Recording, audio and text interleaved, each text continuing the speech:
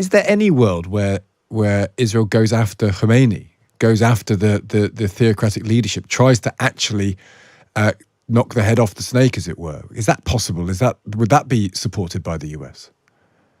Well, that's a question. I'll answer the possibility and the practicalities of that. And all I would point to is the fact that we have seen extremely accurate, targeted, intelligence-led operations which have resulted in the killing of senior leadership. So in terms of the technicalities and would it be possible, I suppose it would be possible. Be with you guys. What is the mood, as you perceive it this morning? The attack by Iran was deliberately indiscriminate, but it was unsuccessful. The defense systems held up. What sort of mood are you sensing among the people this morning? The defense systems held up, but I also want to note just the strength of the coalition as well, with not only the partners of the United States, but the UK as well. I don't think there would be such a successful evening for Israel if it wasn't with its international partners. And that's what Israel really needs to focus on right now. And as we wake up here, even though no one was necessarily injured or there's not many reports of injuries, there is still significant damage throughout the entire country, specifically here in central Israel. I'm in Tel Aviv. In some of the suburbs, there is reports of significant damage. So that's what people are waking up to, cleaning up the damage, making sure that everyone is okay. But it does just go to note the impressive nature of Israel's defense systems and the home front command instructions, because some residents, they were in a bomb shelter for some 40 minutes last night as these hundreds of ballistic missiles rained overhead, and you could hear the explosions of those interceptions shaking the bomb shelters even as you were underground. And so I think that is also why we didn't see as many injuries, because people listened to those instructions from Israel and took shelter and hid out there for nearly an hour as those missiles rained overhead. So what happens next is the question on everyone's mind. You won't know the answer to that. No one really knows precisely what Benjamin Netanyahu will do. He's known to be belligerent and cautious in almost the same breath when it comes to military action. He's riding a wave, though. There's been 2 weeks of military and intelligence successes in Israel. The pager attacks, the walkie-talkie attacks. There's been missiles in Yemen. There's been the ground incursion into Lebanon. Are you expecting something significant being directed against Iran? Is that what the talk is? That's what the talk certainly is. The Security Cabinet in Israel met last night. They convened. Prime Minister Benjamin Netanyahu sending a strong message to Iran, stating that this will come with consequences and that Israel is preparing exactly what that might look like. Obviously, it's all reports and we don't have a crystal ball, but could that be attacking some of the oil infrastructure, really hitting the delicate infrastructure in Iran? That's what some of these reports are stating, especially right now as all of the international partners, specifically the United States and the UK, who helped defend Israel, right now they're still defending them with their words, stating that Israel has a right to defend itself against the threat of Iran. And so as we're hearing this strong messaging coming out of the Israeli security apparatus, it does seem like there's going to be some sort of a response. They can't let 180 ballistic missiles fly overhead. Even if the damage and injuries was not as significant as Iran might have hoped for, that's still not something that this country can let happen without sending a strong response. And all the meanwhile, as we do wait for that possible response in Iran, Israel's still battling all of the other fronts, just as you mentioned. Today alone in the north, there were some 50 rockets already fired towards northern Israel from Lebanon. And we're seeing the IDF calling on other residents in southern Lebanon to continue to evacuate their homes as they're pounding the south of Lebanon as well. So, as I say, it's quiet relatively here when we wake up in central Israel. The northern front is a totally different scene. And unfortunately, we've been seeing this scene for months. But really, these past 2 weeks have been utter change up there. And it seems like that change will continue as well. Nicole, great to speak to you. Thank you for taking the time to talk to us. That's Nicole Zedek, their reporter for I-24 News, bringing you the latest from Tel Aviv. And now we spoke to Peter Lerner from Israel's IDF, and he told us that anyone who attacks Israel would pay dearly. But how? What are the options for Israel? What does escalation mean? Is the Middle East being reshaped before our eyes over the course of the next few days? We've got to remember that there is a lame duck president in America. American influence will be less. You have to imagine there's 33 days till the next American election, where everything could change again depending on who wins. It feels like everything is very volatile and up in the air. So trying to get an expert analysis is more important than ever. Let's speak to General Sir John McCall, former Deputy Supreme Commander for NATO. He's also served in Iraq and Afghanistan. John, good morning to you. Good morning. How dangerous a time is this, do you feel, in terms of the future of the Middle East, the future of any form of hopes for stability in the area? Well, as other commentators have said, and other people you've interviewed said, it's very dangerous and precarious. We've heard Benjamin Netanyahu say that he will mount a strong response. Other Israeli officials say exactly the same thing. I think really importantly, we heard from the White House yesterday, Jake Sullivan, the US National Security Advisor, and I'm quoting him, he said, "We want to make clear there will be consequences, severe consequences, and we will work with Israel to make sure that is the case." Now, that is in contrast to the language used back in April, when, having defended successfully against an Iranian attack, the US encouraged Israel to demonstrate restraint, and the phrase "bank the win" was being bandied around. This time, the language coming out of America, usually encouraging restraint from Israel, is far more bullish. And if that is the case, I think we will see a significant response from Israel. And what will that mean, in your view? It will mean a direct attack on Iranian soil. Presumably, could it mean going after missile installations? Could it mean going after the nuclear program? How far do you think it could go? Well, I think initially it will focus on military targets, and that will begin, I would have thought, with the air defense systems, and then go on to the missile installations. But then beyond that, I think there is the possibility that we'll move on to oil infrastructure, key infrastructure, other infrastructure elements, and then potentially on to the nuclear infrastructure as well. So the potential expansion here is really significant, and it's difficult also to see where it ends. I mean, violence begets violence without any political objective, and at the moment it's difficult to see how you move beyond simply a reaction, a counter-reaction, violence and more violence. Well, it's an interesting point, that, because Netanyahu went on television yesterday and the day before, talking about regime change in Iran, talking about a day in which Persia, as he put it, and Israel will live together. Is there any world where Israel goes after Khamenei, goes after the theocratic leadership, tries to actually knock the head off the snake, as it were? Is that possible? Would that be supported by the US? Well, that's a question. I'll answer the possibility and the practicalities of that, and all I would point to is the fact that we have seen extremely accurate, targeted, intelligence-led operations which have resulted in the killing of senior leadership. So in terms of the technicalities and would it be possible, I suppose it would be possible. Having said that, the security arrangements around that leadership will be extremely tight. So potentially possible. As to whether or not that level of support would come from the United States is something that you should address to a US politician rather than to somebody with a military background in the UK. Do you think, as a person with a military background has to work with politicians, it is striking that we have a president who's not going to be there in a couple of months' time. We've got a regime change possible in the US, with Donald Trump being a very different figure to Kamala Harris. That must be impacting Netanyahu's thinking, mustn't it? That it doesn't feel that any restraint, even if the US wanted to exercise it, and maybe they don't, it's not going to be there as much today as it would have been, say, a couple of years ago. You wouldn't imagine. No, I have to say, the traction that I think it's been demonstrated actually over the last 11 months since the October the 7th attacks, that the traction that the US has with the Israeli politicians has been limited, and more limited than in the past. And I guess that as we move towards a general election, that is increasingly the case. I was in Israel about 3 weeks ago and had the privilege of having a discussion with Mr. Netanyahu. And there is absolutely no doubt that he is determined to do all that he can to provide security for the people of Israel. And he sees the path to that as including a significant military response. So going back to your question, do I think that the constraints and control and traction that the US has is all that it has been in the past? I do not think that is the case. And I think that Mr. Netanyahu may take advantage of that.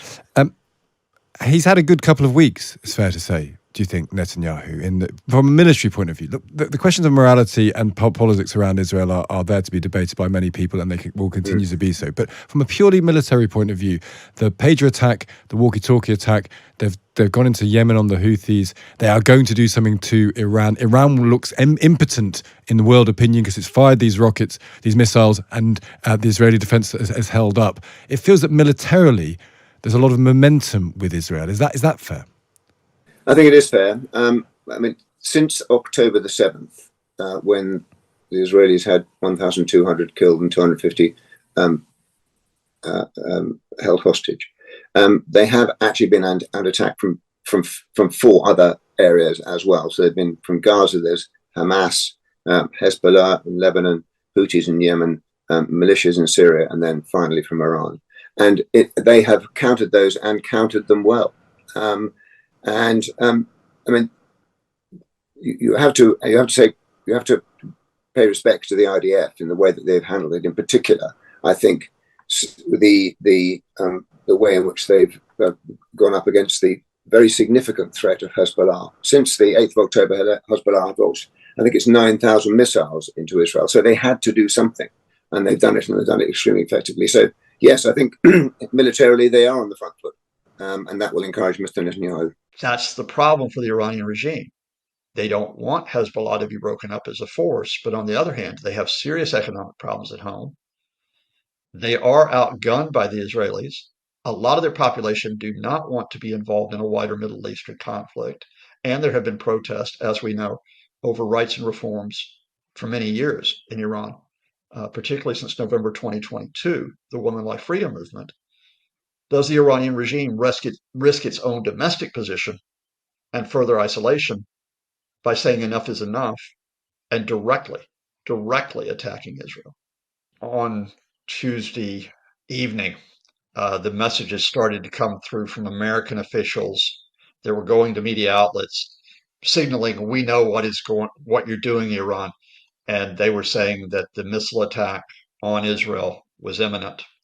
A few hours later, those missiles did come, 181 ballistic missiles from Iran. They created kind of a spectacular light show. And I don't want to minimize the fact that, this is very threatening. But the initial story is that most of those missiles were intercepted. And the missiles that did get through, it appears that air defenses, Israeli air defenses, and those of allies, the US and Jordan among them, was okay, these missiles are heading for open ground. They're heading for sparsely populated areas. They can get through. As a result, despite 181 missiles, there were only 2 Israelis who were slightly injured. There were no fatalities. In a tragic irony, the only person killed last night was a Palestinian, someone in the West Bank, who was killed by debris from one of the missiles that was intercepted. I emphasize that because for all the worry about an escalation today, direct confrontation between Iran and Israel, as with the April attack, when Iran lobbed 140 missiles, 185 drones at Israel, they telegraphed this. They let Arab countries know on Monday this was coming.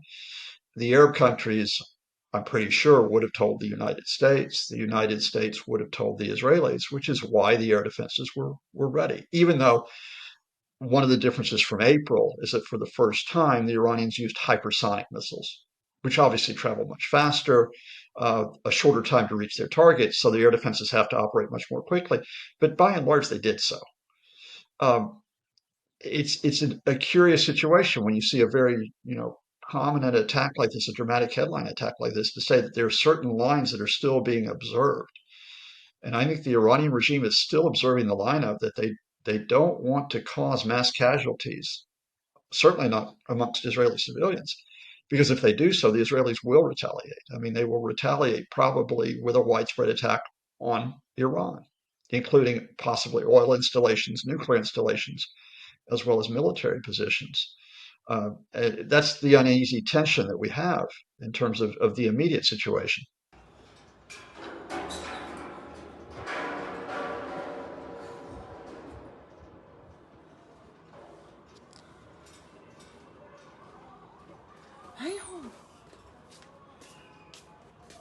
In one of those essential twists of what happens in the Middle East and Iran, the biggest winner of Iran's missile attacks last night was the Israeli Prime Minister, Benjamin Netanyahu.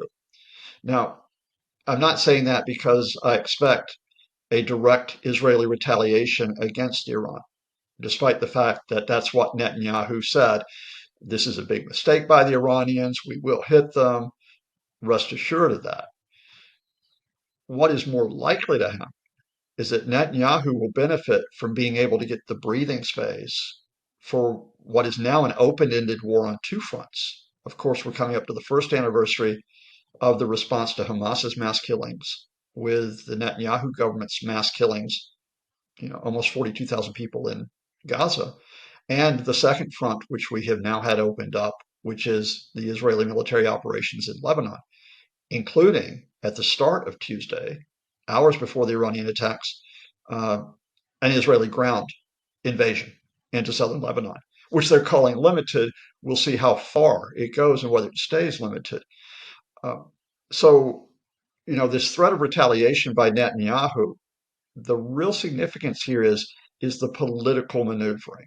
And that is, if we had spoken a month ago, I would have been talking with you about hundreds of thousands of Israelis that were protesting, that were criticizing the open-ended military operations in Gaza because they were not getting the return of the hostages. About 100 hostages, dead or alive, still held by Hamas after almost a year.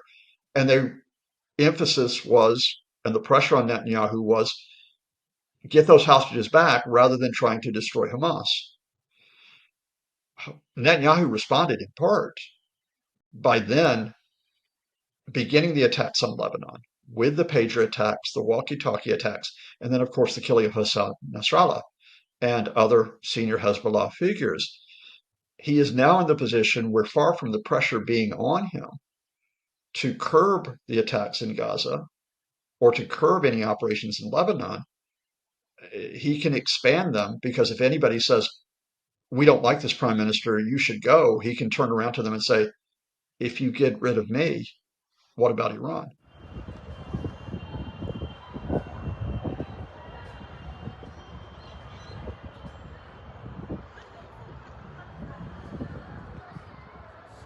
I don't want to underestimate that this is a serious situation, but I think when you have rhetoric from former Israeli leaders and current Israeli ambassadors, which is let's destroy Iranian nuclear facilities, I think you have to dissect it carefully. I think, first of all, it is part of that ongoing Israeli warning to Iran, which is don't step up your attacks on us, where we have not just the risk, but the actual occurrence of civilians being killed, where we see civilian sites as well as military sites in Israel getting blown up by Iranian missiles. That would be unprecedented. So they are going to say, look, we will hit you, we'll hit you hard. But I think, secondly, this serves a political purpose, which is that it diverts the attention to Iran, and it diverts the attention from the mass killings in Gaza and the possible, indeed, actual mass killings that are beginning to take place in Lebanon. Let us be very honest here. Israel is largely isolated in the international community because of its response to Hamas's own mass killings last October 7th. Because of the widespread, almost indiscriminate bombing, because of the ground assaults, because of the attacks not only on civilians, but on humanitarian workers, on those who have been sheltering in schools, on those who've been trying to keep Gaza running. Israel has been, or at least Benjamin Netanyahu has been accused by the International Criminal Court of war crimes. That's how serious this has gotten. So what do you do if you're an Israeli official or a former Israeli official to get yourself off the hook for that? You point somewhere else. And the somewhere else, for a moment, it was Hezbollah. But of course, now you stand accused of killing the civilians in Lebanon as well as Hezbollah leaders. So you point even further afield and say, it's the Iranian regime that the one is who should be the pariah here internationally, not us.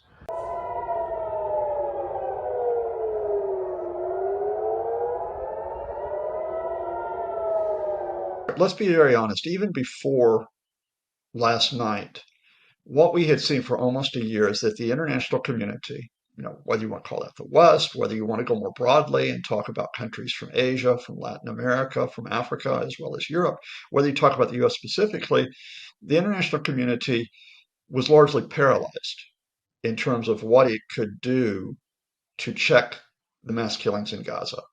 Now, whether it was paralyzed because it really couldn't do that much because of the determination of Benjamin Netanyahu and his inner circle, uh, whether they were paralyzed because of Hamas's refusal just to hand back the hostages who they seized last October 7th, or whether the community had paralyzed itself. For example, the United States still continuing to provide the military aid to Israel that was being used in Gaza. The international community was largely on the sidelines of this. Here we are today, and the international community will make statements. It'll come out from the United Nations, it'll come out from the G7, it will come out from the European Union, it'll come out from the Americans and others, which says, we really don't want a confrontation here. We really don't want an escalation of the violence between Israel and Iran. And at that level, okay, will be some impact. The Iranian regime in particular, which already faces great economic pressure and economic problems, which faces isolation and has done for many years over its nuclear program, will not want to increase that. I don't think a lot of the Israeli system wants a direct confrontation with Iran. So the international community can say, everybody step back. But the point here is that that international pressure will not suddenly recur over Gaza or Lebanon to try to prevent those confrontations from escalating further. If anything, there's another barrier to international pressure. Because again, the Israelis will come back and say, how can you put pressure on us when we're the ones under threat? And indeed, if the coincidence of two events last night, that just after the Iranians attacked Israel, you had the US vice presidential debate between Tim Walz, who is running alongside Kamala Harris, J.D. Vance, who's running alongside Donald Trump. And both of those candidates came out with that the paramount interest was the self-defense of Israel. That was the paramount interest, right? Now, Tim Walz did add, to his credit, he did say, look, there are humanitarian considerations regarding what's happening in Gaza, but the priority was on Israeli interest. So once again, I come back to this fundamental point that what the Iranian regime has done, even as it denounces the West, even as it denounces the US, even as the supreme leader has criticized Europe this morning, they in effect have further bolstered Netanyahu against the West and any type of constraint upon Israel.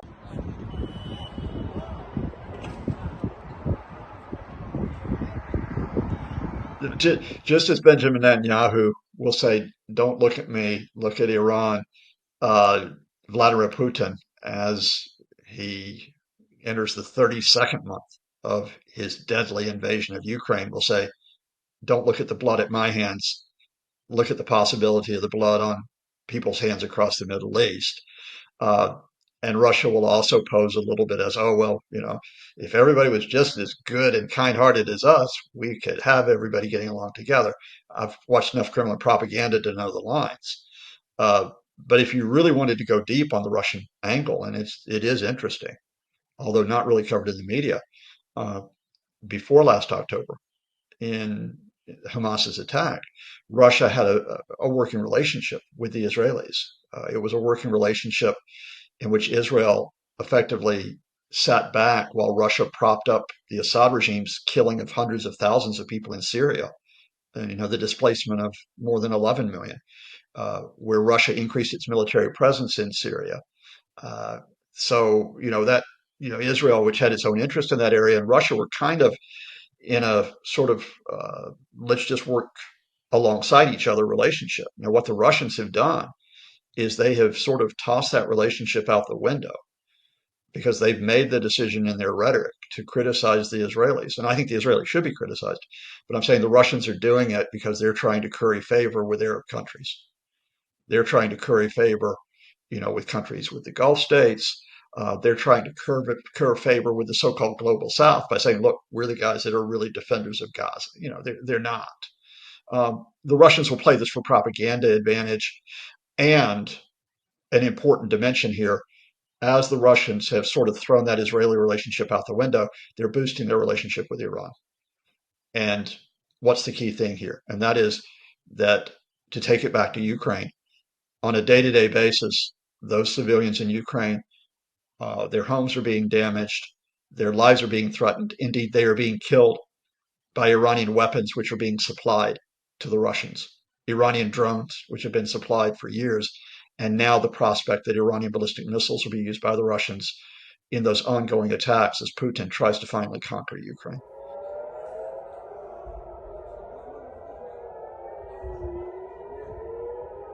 I think we're in a period for the Iranian regime which parallels where we were in April.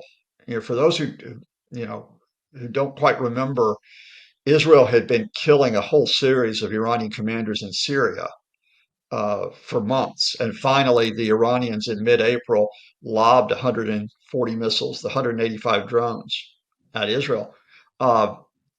And they telegraphed it. They told the Israelis, and only a few missiles got through in sparsely populated areas. But the Iranian regime had shown, we will fight back. We're not going to sit there and not take it, because they have to play to their domestic population. They don't want to appear weak to their domestic population as well as to the wider world.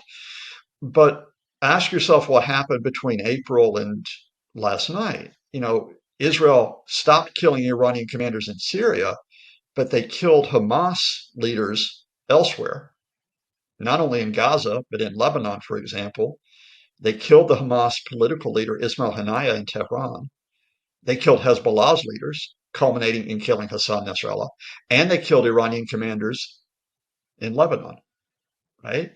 So, Iran's demonstration attacks back in April did not stop the Israelis. All right, the Iranians have tried again. They've made these demonstration attacks. Does Israel continue, not just with the military operations in Lebanon and in Gaza? Do they continue with the targeted assassinations? Do they try to absolutely destroy Hezbollah, for example?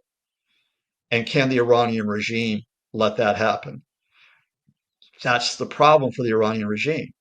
They don't want Hezbollah to be broken up as a force, but on the other hand, they have serious economic problems at home. They are outgunned by the Israelis. A lot of their population do not want to be involved in a wider Middle Eastern conflict. And there have been protests, as we know, over rights and reforms for many years in Iran, particularly since November 2022, the Women Like Freedom movement. Does the Iranian regime risk its own domestic position and further isolation by saying enough is enough and directly attacking Israel?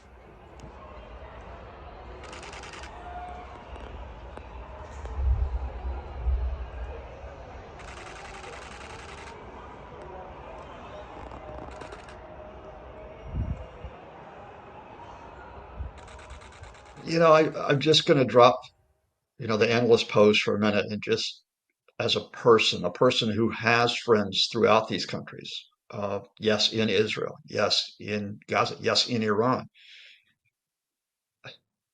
I just start with the fact that civilians are being used as pawns for these power games, and they're being killed as pawns.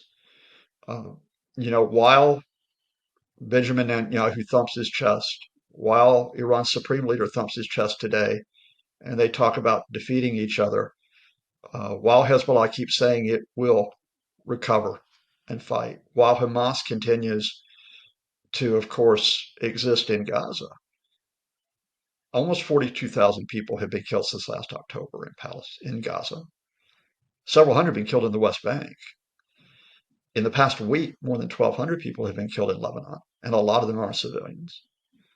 We, of course, had the 1,200 people killed inside Israel last October 7th. And there is the possibility here that civilians in Israel and Iran will die, will be killed. And for what? After all those people have been killed or fled their homes, for what? What has anybody won? And I'm just going to come back to this, that there will be a lot of talk today amidst the question of whether there'll be further conflict as to who might win from a showdown between Israel and Iran or the ongoing Israel operations in Lebanon or in Gaza? No one wins. Benjamin Netanyahu will avoid going to prison on bribery charges and avoid an early election by maintaining an open-ended war.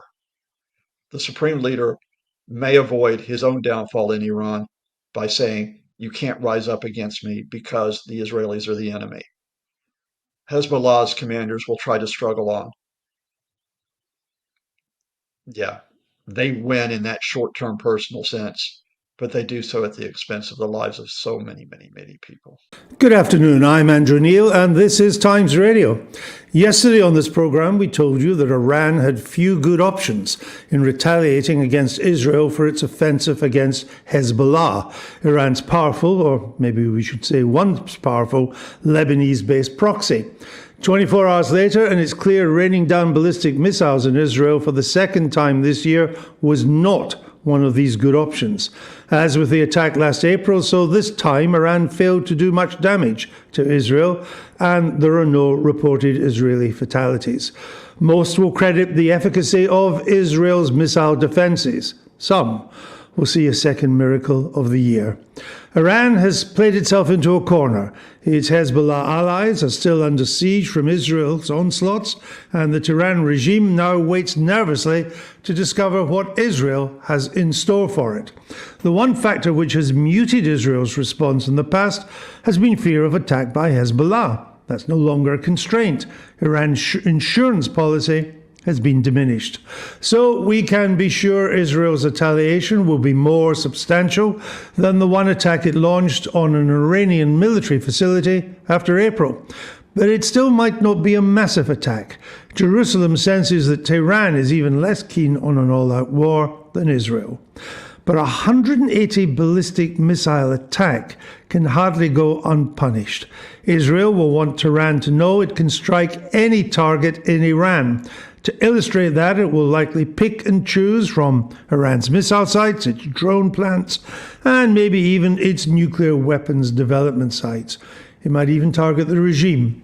Nobody at the top of the Iranian government can be sleeping soundly these days.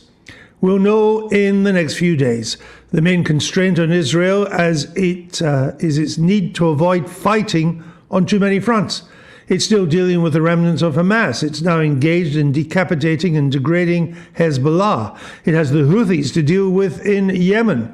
All-out war with Iran might be a warfront too far. But response there will be.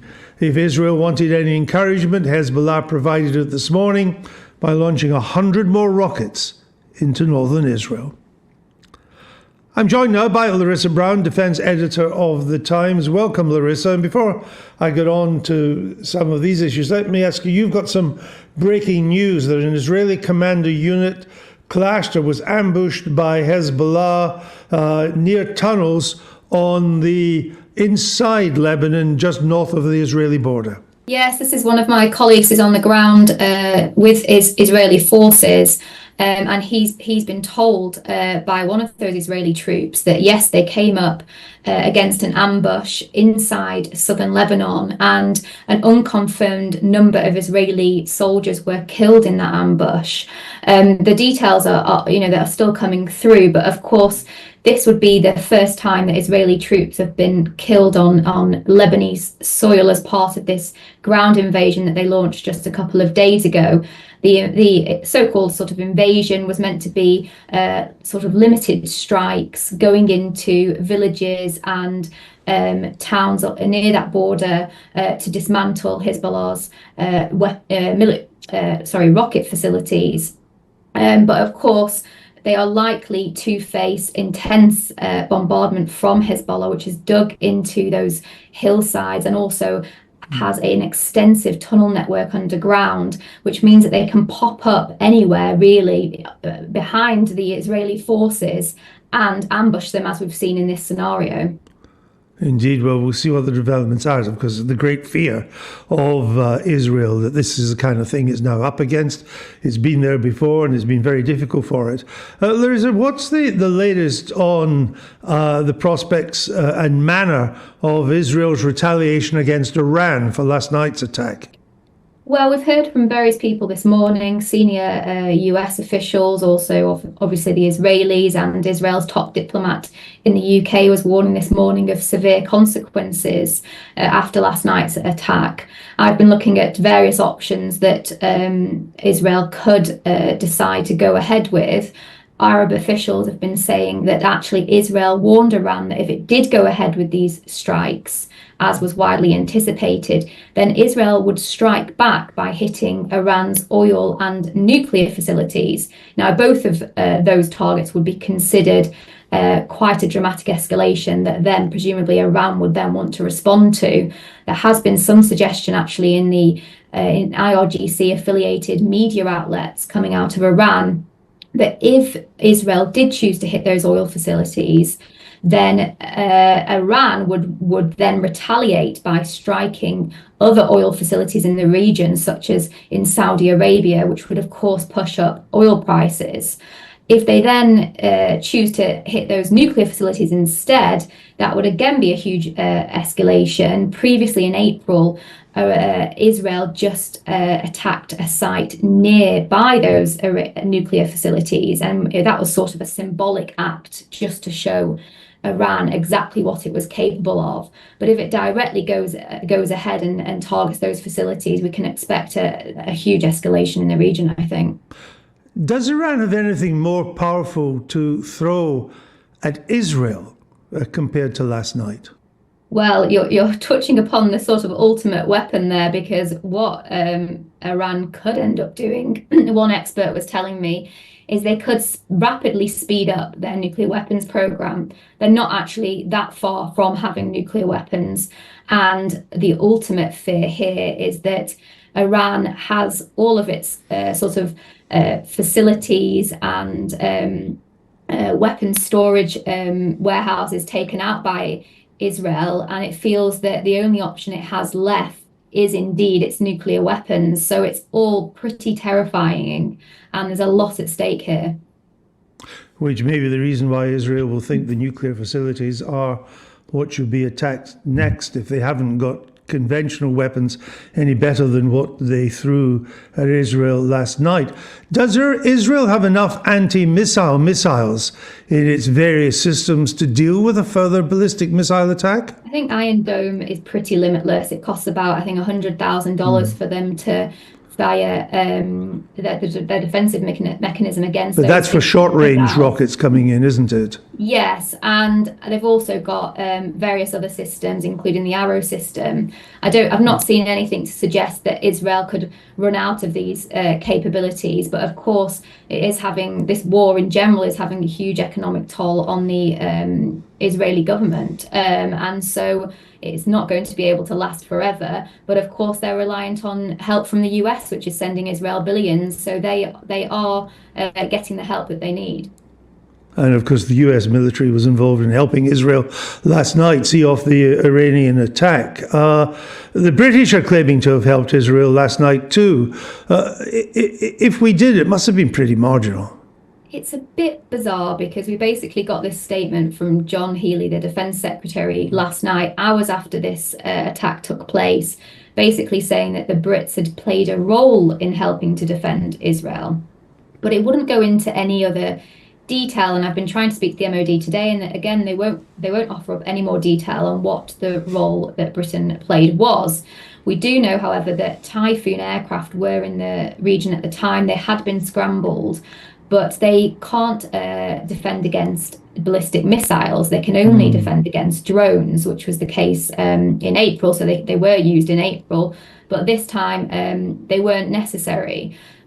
So whether that's what Healy is referring to, I'm not sure. It's possible that we had some sort of intelligence capability in the region, and we're sort of feeding Israel information about those missiles that had launched, but it's all a bit sort of strange, and we're not really getting those details. There is also the interesting question of how much he's listening to Mr. Biden. I mean, within 3 months, the Biden White House will be gone, and we don't know who will replace it, so to speak. So that this is a moment of great geopolitical uncertainty, to use a grand phrase. We're living in in a vacuum where America is once again the only outside force that appears to be getting involved in any of these conflicts, despite what we all say about the decline of American power. When things like this happen, everyone looks to America to say do this and don't do that, and America isn't in a position to do so. Now, on the front page of the Times this morning, a picture of defiance. An Israeli family stands on top of an Iranian missile.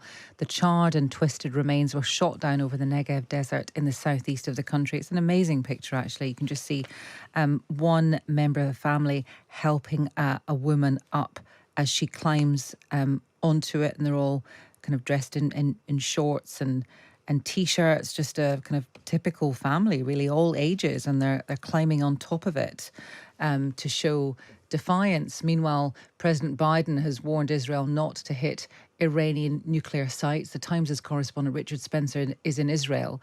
He's been meeting Israeli soldiers who've been fighting in Lebanon against Hezbollah. Good morning to you, Richard. Hi, good morning. Tell us, first of all, how you got this really fascinating dispatch on the front of the Times today, and also what you're hearing this morning. Yes, so I was up in the northern border area yesterday, and as I was driving up, early yesterday morning, I started getting messages from friends and on both sides of the border. I have friends back in Beirut as well, saying, first of all, saying that Hezbollah claimed to have beaten back a Israeli incursion over the border overnight. There was a battle near a Lebanese village called Edessa, which is right on the border, and then a Israeli contact said that he had heard the same, that his son was in the army, and had told him that this had gone on. So I just headed straight to that area as near I could get, and ended up at a hospital just as you could see helicopters coming in over the border to the hospital, and there were ambulances as well, ferrying the less badly injured in, and we managed to get to speak to a couple of these soldiers, as they were obviously the ones that only had minor wounds. I wasn't going to interrupt other people. And they told me, there'd been this big battle. One guy I spoke to had he'd been in a group of 12 who'd all been injured by a missile, presumably an anti-tank missile. That's what Hezbollah seemed to have been using. And one of his mates had been killed next to him. So it was a pretty dramatic account, and as you know, the IDF later said that they'd lost 8 men overnight, 6 in this particular battle, 2 somewhere else along the line of combat. This was quite an extensive battle. There were quite a lot of guys involved on both sides. Is it a surprise that the loss of these 8 Israeli soldiers? No, I think it'll come as a shock coming quite so soon. I mean, this is the first. Partly in some ways the IDF are victims of their own secrecy. Both sides tend to keep the whole zone closed now for journalists. I mean, understandably for safety reasons, but they're not saying a lot about what's going on in there. So when you do have a battle, then there are going to be casualties on both sides, which come sometimes as a bit of a shock. We do have this sort of the IDF has cultivated this aura of invincibility, but of course, in any war, people will be killed on both sides. In particular, I think we're not surprised here in the sense that we know that southern Lebanon has been made a trap for the Israelis. I mean, that's the whole point of their operation, is that Hezbollah have been digging themselves in that tranche of southern Lebanon since 2006, the last ground incursion by the Israelis, and the Israelis lost more than 100 men then. In some senses, it is only to be expected. And can you just explain the terrain involved here? Is this is it quite empty? Is it full of tunnels? Is it residential in any way? Is it abandoned? Yeah, I mean, as others have been saying for many decades, the tragedy is it's an incredibly beautiful landscape. These on both sides of the border. It's a biblical landscape, as we know. It's beautiful rolling hills, some bare, some forested, some with light scrub that would be used for grazing sheep, and indeed is farmed on both sides of the border. And there are settlements you'd expect, farming villages, on both sides of the border, a couple of small towns leading down to the Sea of Galilee on the Israeli side, and then to the west of the Mediterranean. It's an incredibly striking landscape, and constantly fought over. In the Lebanese villages, typically Hezbollah have dug tunnels. They some of the tunnels are quite huge. It's like the Hamas network, to hide their arsenals and their weapons silos, and they normally dig from within a village, but not necessarily their access points into these tunnels.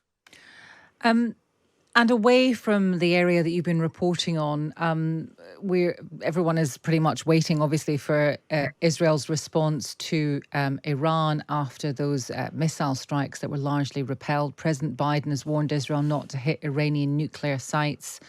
What is your feeling about whether they would go ahead and do that anyway? Yeah, I mean, I don't have exclusive insight to the mind of Benjamin Netanyahu. What I would say, he is normally cautious. He normally goes one level lower than he might do, and that his hardliners demand. So that would be good news for Mr. Biden. There is also the interesting question of how much he's listening to Mr. Biden. I mean, within 3 months, the Biden White House will be gone, and we don't know who will replace it, so to speak. So that this is a moment of great geopolitical uncertainty, to use a grand phrase. We're living in a vacuum where America is once again the only outside force that appears to be getting involved in any of these conflicts, despite what we all say about the decline of American power. When things like this happen, everyone looks to America to say do this and don't do that, and America isn't in a position to do so. Right, yeah. Well, that's well put. Richard, thank you very much. That's the Times correspondent, Richard Spencer, who's speaking to us from Israel. Joe Biden has said he won't support Israel if it attacks Iran's nuclear weapons program. But given that Iran now seems to be on the back foot, isn't this exactly the time to stop them ever being able to threaten Israel and the West with the most dangerous weapons imaginable? Let's talk to Brigadier General Dr. Meir Elran, former Director of Military Intelligence for Israel. Good morning to you, Meir. Good morning to you. Do you think Israel will and can and should go after Iran's nuclear capability? This is a very good question, and I don't think that there is a clear-cut kind of an answer to that. The point that I want to raise in this respect is that apparently this particular issue of how Israel should respond to the very broad and dramatic kind of a attack on it on October 1st, the question is very valid and raises lots of dilemmas. I want to suggest that one of the most important things for us right now is to consult, to coordinate with our ally, major ally, the United States of America. And I understand that this is exactly what's happening right now, despite of the fact that we are in the midst of a major holiday in Israel. This is the beginning of a new year for us, and we wish everybody a happy and stable and peaceful new year. So going back to the issue itself, I think that there are consultations going on now on what should be done and how it should be conducted, and not if. The question is how. And one of the options apparently is to, go ahead. No, so I'm going to ask you that question of you consulting with the US, because the feeling has been Biden is a lame duck president. There will be a new president in 32 days' time or whatever it is. Does Israel actually care as much as it once did about the influence of America? Does it actually have to consult so closely with America, bearing in mind America's political situation? I think that Israel needs very, There was some interruption in your message. You asked whether Israel should consult with the lame Yes. duck administration. That was your question. Okay, my answer is completely and totally positive. I think you had to remember that President Biden is going to stay president of the United States of America until January 20th. Yeah. We have a lot of time ahead of us in this respect, and we have to provide ourselves with answers right now. He's the chief of staff. He's the person who is leading America, and he's the person who is responsible for the activities of CENTCOM. This is the Central American Command, which coordinates all the forces in our area. And we need to do that definitely. Indeed. We cannot ignore them. We should not ignore them, and we do not ignore them. On the contrary, it is very important for Israel to coordinate with any president, and Joe Biden is the president of the United States. He has been a great supporter of Israel since October 7th, and he has helped us a lot, and he's going to help us also in this predicament. And absolutely, the United States is a key factor in this respect, whether it is participating, how it is participating, how it is supporting us. It's not only the United States. Remember, the United States being engaged in a military situation in the Middle East, in the Persian Gulf, involves also NATO countries. It involves also regional partners in the Middle East. So it's a major coalition that we're talking about against Iran. And all of them have to coordinate. Of course, primarily, it has to be taking place between the United States and Israel. Absolutely. Interesting stuff. The internet's, I think, giving us a little bit of grief there, but we heard all of what you had to say there, Meir. It was really interesting. We were speaking to quite a lot of experts yesterday about the prospect of Israel hitting Iran's nuclear sites.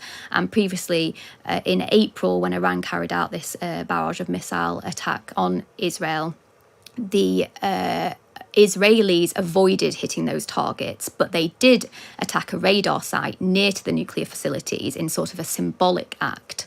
If they were to go a step further, experts believe that this would be a real red line for Tehran, and Tehran would then have to respond in kind. Lindsay, the story that's sort of dominating all the news everywhere at the moment is, of course, Israel and Hezbollah. We were talking about this last week, and of course, you know, the situation has only deteriorated. Overnight, there have been more Israeli airstrikes on Beirut. More British nationals are expected to be airlifted out of Lebanon today. And as we come on air, the Reuters news agency is reporting that Israel claims it has killed the head of the Hamas government in the Gaza Strip. Lindsay, Richard Spencer is reporting from the Israel-Lebanon border for the paper. The headline is 3 wars and 1 choice. Which will Israel fight first? Emphasising just how wide-scale this has become, right? Yeah, it is. I mean, that piece, for your listeners, if they haven't read it, is really worth reading. Richard Spencer's Close to the Border, and the insight that he gives, both in terms of what he's seeing there and also the options that sit in front of Israel is really fascinating.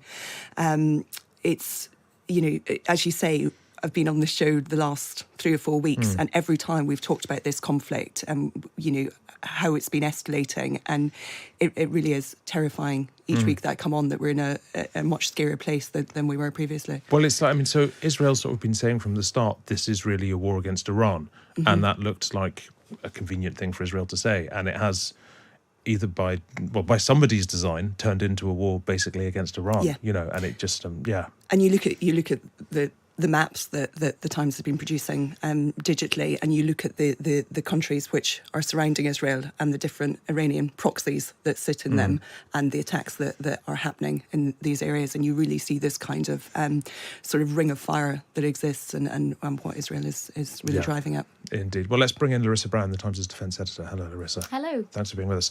Can you tell us something about the news that Israel may have killed a senior Hamas figure in Gaza?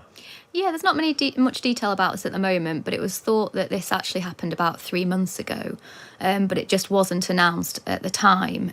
So it's quite unusual that it's come out now.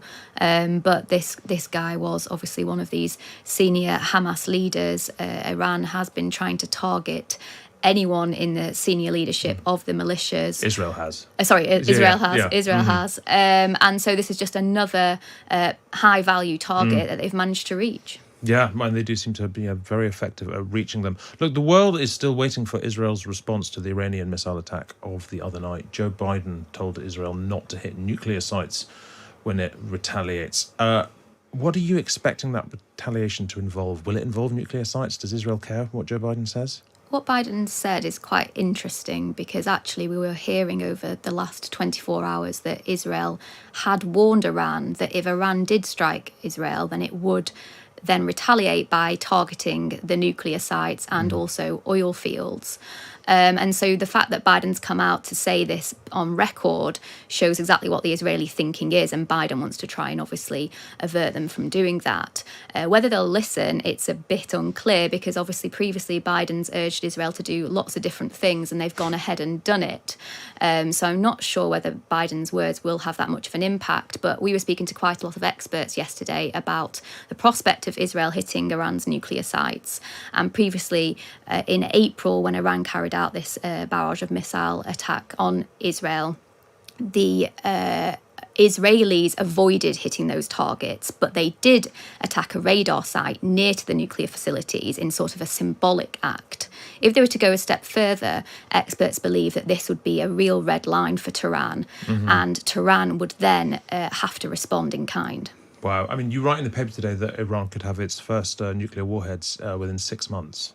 Yes, we spoke to one of the top experts on this who has been to Iran on several occasions and been to their nuclear sites. And he was saying that the way things are going, he believes that they would have 10 nuclear warheads ready within 6 months. So we're talking about April time, ready to fire at their enemies. But he did also say that he doesn't believe that Iran would actually do that, obviously, because there would be extreme consequences as a result. But that does, you can see why that does rather incentivize Israel to make that their targets for now. But then there's a flip side to it, because actually some of those Iranian facilities, they're going to try and strike them, but actually a lot of it's going to be underground. So if they fail to actually obliterate any of the nuclear sites, then Iran then might feel that it's pushed into a corner, and then actually its only option left is to then deploy nuclear weapons. Because otherwise they're going to be blown up there. Yeah, no, understood. Look, turning to the evacuation, do we know how many people are being flown out and how many remain in Lebanon? So we had 180 British citizens and their dependents leave yesterday. Another flight going out today, and the Foreign Office has also said that they would also bring on more flights if necessary. I think there's a big nervousness that Israel might go after the airport in the coming days. And obviously there's a lot of Hezbollah stronghold areas around the airport. And so people really fear that there might not be that long before British citizens find themselves trapped in the country. And do we have any sense of are a lot of people leaving, or are people sort of battening down the hatches and staying put? I think the last few days has seen a lot more people registering an interest with the embassy, saying that they want to leave. And they've obviously not wanted to leave before because they didn't expect things to spiral quite so dramatically as they have already. And obviously the reason that the Foreign Office have put on these extra flights is because the British citizens can't get on normal commercial flights because they're all full. So clearly people now are desperate to leave. Yeah, thank you very much indeed, Larisa Brown. Larisa Brown is Times' defence editor. Lindsay, to bring you back in, that story of evacuations, British people in Lebanon. How much have you heard about sort of British people not being able to get out, struggling to get out? It feels like a story I haven't heard that much about beyond the kind of top line. Yeah, I mean, I think as Larisa was saying, what happened was that although there had been sort of warnings that something was brewing in the region, the kind of the sense of the risk wasn't as high as perhaps it needed to be for quite a long time, and people thought that they could continue with their lives, and then all of a sudden it was clear that was not going to be possible, and now people are kind of flocking to get out.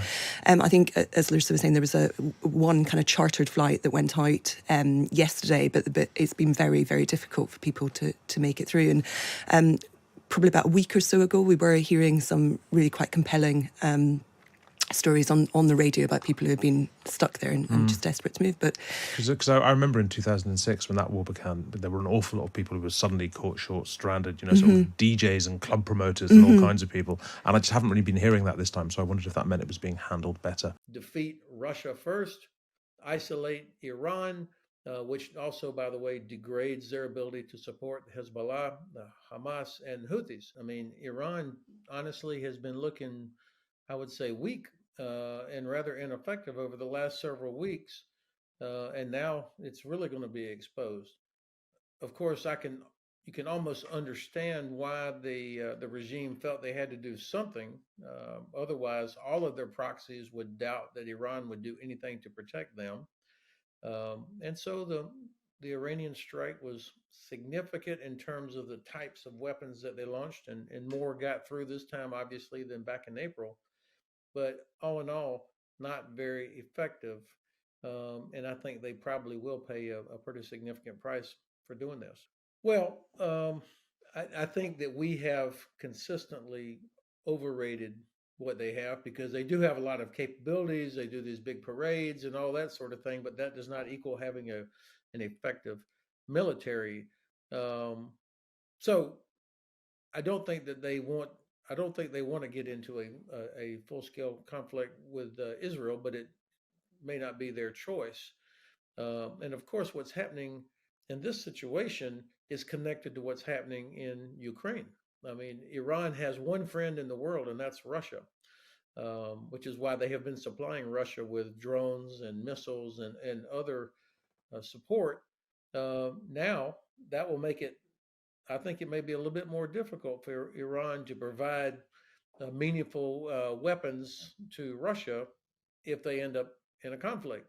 And by the same token, if Ukraine defeats Russia, it would lead to further isolation of Iran. So here's an opportunity for us to think and act strategically by connecting these two theaters. Of course, I don't know what's going on behind the scenes. My president did say yesterday that no, the United States would not support Israel striking Iranian nuclear plants. I don't know how much would be required, or if Israel could do that by themselves. Maybe they could, but the Israelis also have not been asking for permission a lot lately, because they worry that information gets leaked out from the U.S. Or that we are tapping the brakes on them the way we do on Ukraine. So I don't think Israel will ask for permission to do what they're doing. The fact that it looks like they might have attacked a Russian airbase in Syria, or at least close to it. That's also an interesting choice of targets. But Syria is the portal through which Iran provides capabilities to Hezbollah. So it makes sense that Israel would try to strike that part of the supply chain as well. I think this could disrupt some of Iran's support to Russia, and if it also puts the Kremlin in a difficult situation, in that they support Iran, but they also have managed to keep. I mean, Israel has not come out strongly in support of Ukraine, and so now I think that the Kremlin will be thinking through how do they continue to try and straddle the fence on this. I imagine at the end of the day, if we are acting strategically, that it will be to the benefit of Ukraine and Israel if Russia firmly supports Iran in this, and then as Israel continues to damage Iran, that has positive effects, I think, for Ukraine. But we need to think it all the way through. This clearly is what I think we should be wanting, that this is our strategic objective: defeat Russia first, isolate Iran, which also, by the way, degrades their ability to support Hezbollah, Hamas, and Houthis. And this also would send a powerful message to China that the West does have the political will, as well as industrial capacity and military capability, to do all these things. But so far, it feels a little bit like we treat these as completely separate, unrelated events. You know, you have the U.S. And also the Royal Air Force supporting Israel, knocking down missiles in Israeli airspace, and knocking down Houthi missiles over the Red Sea. Why do we not do this with Ukraine? Well, you know, I look at Iran. Almost all of the terrorist activity that happens in the Middle East is sponsored by either Iran and or Russia. I mean, they're part of the problem in almost most of the bad things that are going on. Stand fast the fact that Israel has got to change their approach to Gaza and get back on track with the two-state solution. But in terms of who's supporting the bad guys, most of it comes out of Iran.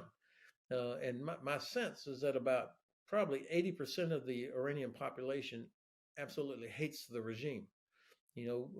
I thought 2 years ago when this women's uprising, I really thought that was going to lead to something, but I think we all kind of stood on the sidelines hoping it turned out well for them, but not actually doing anything.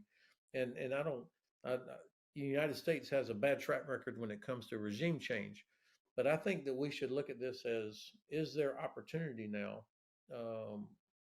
If we think all the way through on how this could turn out, what would be the benefits in the region if the Ayatollah and his regime were no longer in power because the Iranian people finally had enough? It seems like there's potential for that. That's not something that the United States should overtly be trying to bring about, but I would not recommend that we tell Israel what they cannot do. Yeah, I think that the last 2 weeks, it feels like there's unfortunately this kind of a slow sort of slide towards the United States and European countries and UK. The sincerity, no, not sincerity, the depth and the intensity of our support for Ukraine seems to be waning. I keep seeing articles that have ridiculous headlines, like what was even in FT this morning about this strategically important city of Vuhledar. The Ukrainians never said it was strategic, but this is I think poor journalism actually when people are describing every little town in Ukraine as strategically vital. If that's true, that means if you lose that town, you lose the war. But yet, after 10 and a half years, Ukraine still controls more than 80% of its country. And Russian forces have moved about 50 kilometers in the last 7 months. So 50 kilometers, that's 30 miles in the last 7 months at the cost of tens of thousands of casualties. And so it shows me that the Russians absolutely cannot overrun Ukrainian forces. They can kill lots of them. They can kill civilians bombing these towns, but from a purely military standpoint, they lack the ability to knock Ukraine out of the war. So the only hope for the Russians is that we quit, that we get tired. And when I see these headlines about, we are losing and this nonsense, this is pure oxygen for the Kremlin, because the Kremlin sees that the U.S. here in the last few months of the Biden administration looks to be kind of softening. And of course, if it's a Trump administration next, it'll definitely be worse. And I just don't see how anybody who knows Russia, who watches what the Russians do, I'm sure you saw the video from yesterday where 16 soldiers were lined up and shot. This is same as Bucha. I mean, this is who they are. Why in the hell should Ukraine be pressed to negotiate with somebody like that who's never going to live up to it, never has? I think we need to understand the impact of if Ukraine fails, and it'll be our fault. What kind of price that Europe will pay and that we will pay, and the Chinese, of course, will walk away from this with a view that the West really does lack the courage and the political will to stand up to this kind of aggression. Yeah, well, he is the president up until January the 20th. Whoever wins the election, President Biden is the president. And I think he could certainly make some policy changes that would allow them to, for example, use weapons against targets inside Russia. But I think the administration at this point is really dug in on it. They have no intention of changing. I spoke to a couple of administration officials here this past weekend at the Warsaw Security Forum, or this week, and unfortunately, I don't see it changing, both out of the excessive fear that Russia might somehow escalate, which nobody else believes will happen, but also I think they're worried about anything that could somehow affect the election here in the last 32 days or so. So I mean, like shutting off Russia's ability to export oil to India and China. That's what pays that's how Russia stays in the war, is because of selling this oil and gas. And the administration is unwilling to take tough steps to stop it, because that could have an effect on gas prices, which, is in the front of mind of millions of American voters, is inflation. So this is not unique, but it certainly is unfortunate that because we didn't make good decisions, strategic decisions years ago about helping Ukraine defeat Russia, we now are in a situation where it's much more difficult to even make these adjustments, because the election is going to be so close. I texted some of my Ukraine sources, and they say, actually, no, we don't want to see Israel hit any of these nuclear sites, because then potentially in the context of the global landscape that we're in, potentially then Putin no longer has that red line to cross and says, well, Israel is hitting nuclear sites, nuclear targets, so can I.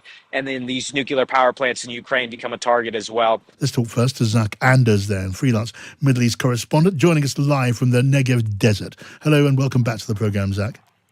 Hi, John. Let me start then with the death. We now learn about this today, Zach, of the Hamas political leader. It looks like a big target struck, and it happened some days ago. Yeah, the IDF says that this is several months old. I think the most surprising element here is that we didn't get any word of this through the Hamas channels, that senior leadership within their political echelon had been killed months ago. Again, this is news that's coming through the IDF, so that's really all we have at this point, that essentially the interim leader of Hamas's political wing was killed inside Gaza. Yes, and on this other breaking development, that the Lebanese military are now, actively involved. They're not a mighty military force, but it is a moment to mark, isn't it? And the LAF, the Lebanese Armed Forces here, they are supposed to, over the last few decades, play a pivotal role in southern Lebanon, preventing Hezbollah from controlling the area. Obviously, they have failed in doing so, but they're supposed to work closely with UN peacekeepers. The UNIFIL, United Nations Interim Force in Lebanon, is supposed to number some 10,000, and then several other thousand Lebanese armed forces are supposed to join together and control southern Lebanon. That was the result of the 2006 war, the agreement that was supposed to be implemented. Of course, what we've seen here is Hezbollah has great control over those areas in southern Lebanon closest to the border. What's very concerning is hearing through Lebanese channels that potentially the LAF was firing back today. And this is, of course, a major concern. You don't want to see Israeli forces and Lebanese forces that are not Hezbollah directly confronting each other in the confusion on the ground. And you certainly don't want to see any instances where UN peacekeepers are potentially in the line of fire as well. From the latest I have from the UNIFIL spokesperson, he's told me that right now UNIFIL forces remain in southern Lebanon and that they have not changed their posture, which going forward, I would have to imagine as IDF forces continue to push deep inside Lebanese territory, that UN peacekeepers are either going to be working with the IDF and facilitating their movement in conjunction with the IDF, or they're going to pull out altogether. Okay, it's important we keep track of these events, and hopefully we can keep in touch on that too, Zach. Now, what about the big question of the form of the coming counterstrike by Israel after the missile attack from Iran? What do we know? I mean, seems to be generally assumed that Israel will not contemplate hitting nuclear targets in Iran. We know Joe Biden, he said yesterday that he did not want to see that happen. And we also know, don't we, that the high-level folk from Washington are talking to the leadership of Israel too. They're talking in a way that they were not so recently, when there was a deep chill in the air. You know, I'm seeing just a few moments ago, I think less than an hour old here, as President Biden was walking to Marine One on the White House lawn, responding to a reporter's question, saying that he did not believe that there's going to be any sort of retaliatory strike by Israel today. Although we're hearing that on this end, the Israeli side is certainly getting ready for some sort of retaliatory attack, but they don't feel any sense of urgency right now. One of the reasons why I'm down here in the Negev desert, I'm near Netzarim Air Base in the south of Israel, where we have new satellite images today that yesterday there was a cloud cover that partially obscured the base as the satellites were making their pass, but today it was clear. We do see damage to the base itself. We see a hangar that appears to have suffered from a fairly large hit. We don't know at this point if the ballistics themselves were able to get through Israeli air defenses and inflict direct hits, or if this is bits of raining debris as they were being intercepted. But the way the Israeli air defense system works, it's supposed to be intercepting these things before they get anywhere close to any of these strategic targets. So the fact that we have satellite passes now that are showing damage, we have at least 4 hits, sizable craters or big chunks of damage to buildings at this airbase that's about 10, 20 miles behind me. We're not allowed to, obviously, to get anywhere close to this base right now. But it does show that we're seeing the ability from Iran to be able to hit some of these military targets on the Israeli side. And I have been told that there has been some considerable shuffling of Israeli air assets, their fighter jets, their aerial refuelers, and that at the time of the attack, essentially they had their entire air force deployed. So if there was any hits on these bases, that they wouldn't be hitting parked jets on the ground. So it's something that we're waiting to see. Did this have any real deep hit on the Israeli Air Force here to be able to respond, potentially, hitting a couple of runways? I've noted that as we're watching these jets come in, we've spent a lot of time around these bases. Usually the jets come in on a certain pattern towards the runway. Yesterday, we watched as a couple of these jets had their spoilers deployed and were performing short landings on the runway. I don't think there was damage to the runway, but I think that right now these fighter pilots are practicing for short landings on potentially future damaged runways, which I thought was interesting. Now, it may not be I'm guessing it's not possible to be really clear about this, Zach, for obvious reasons. But when Israel strikes back, if they're not going to be striking nuclear targets, what about oil installations in Iran? Because that would have a disruptive effect on oil markets. It would have an impact on, around the world, including in America, where there's an election coming. It would arguably hurt Joe Biden politically. Do you imagine that's part of the conversation? And would it even be a constraint on Israel? All of the former IDF spokespeople that were called into active duty on October 7th last year and have since left active duty, so they have more freedom to post and say what they want. Three of the main guys who were there at the center of the attention, back on October 7th, they've been posting pictures of Iran's strategic oil facilities and the port, one of their major oil ports, refineries. And one of them posted a picture and said, "Before?" ? I think this is the direction that Israel is going right now, that potentially they won't target these nuclear sites. One of the things I thought came to my head immediately was, if they're hitting Iranian nuclear sites, potentially that's good for Ukraine, because Iran's been scrambling, their nuclear programs scuttled in a way. But I texted some of my Ukraine sources and they say, actually, no, we don't want to see Israel hit any of these nuclear sites, because then potentially that in the context of the global landscape that we're in, potentially then Putin no longer has that red line to cross and says, well, Israel is hitting nuclear sites, nuclear targets, so can I. And then these nuclear power plants in Ukraine become a target as well. I just thought that was an interesting element here. Right now, what it seems like on the Israeli side is that they're tending towards these oil refineries, these oil targets, not the nuclear sites. All right. As always, good to catch up, Zach. Thank you so much. Zach Anders there, live from the Negev desert. Now, let's look at things on the Iranian side of this debate. Nega Mortazavi, Iranian-American journalist, political analyst, host of the Iran podcast, is with us now live on the line. Hello to you, Nega. Hi, thanks for having me. Thank you, and welcome back to the program. Look, our assumption now is this fair and correct, is that Iran does want to contain the conflict as far as possible because it prefers to act aggressively through its proxies, and it understands its own vulnerability if we get to the stage of all-out war.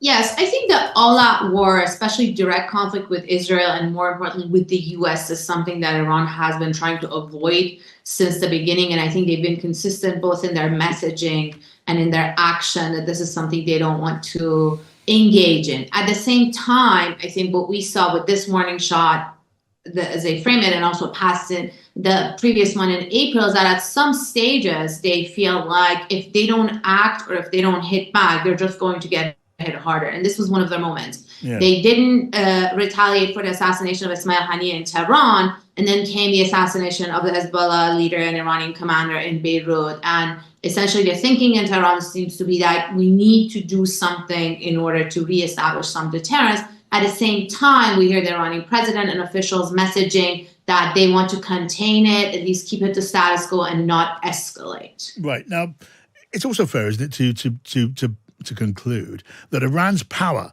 to escalate the conflict on its side is now being limited by the way that Hezbollah has been weakened by Israel's strikes on its command structure, on its weapons supplies, and also by what we saw earlier this week when Israel had such success in neutralizing that missile barrage.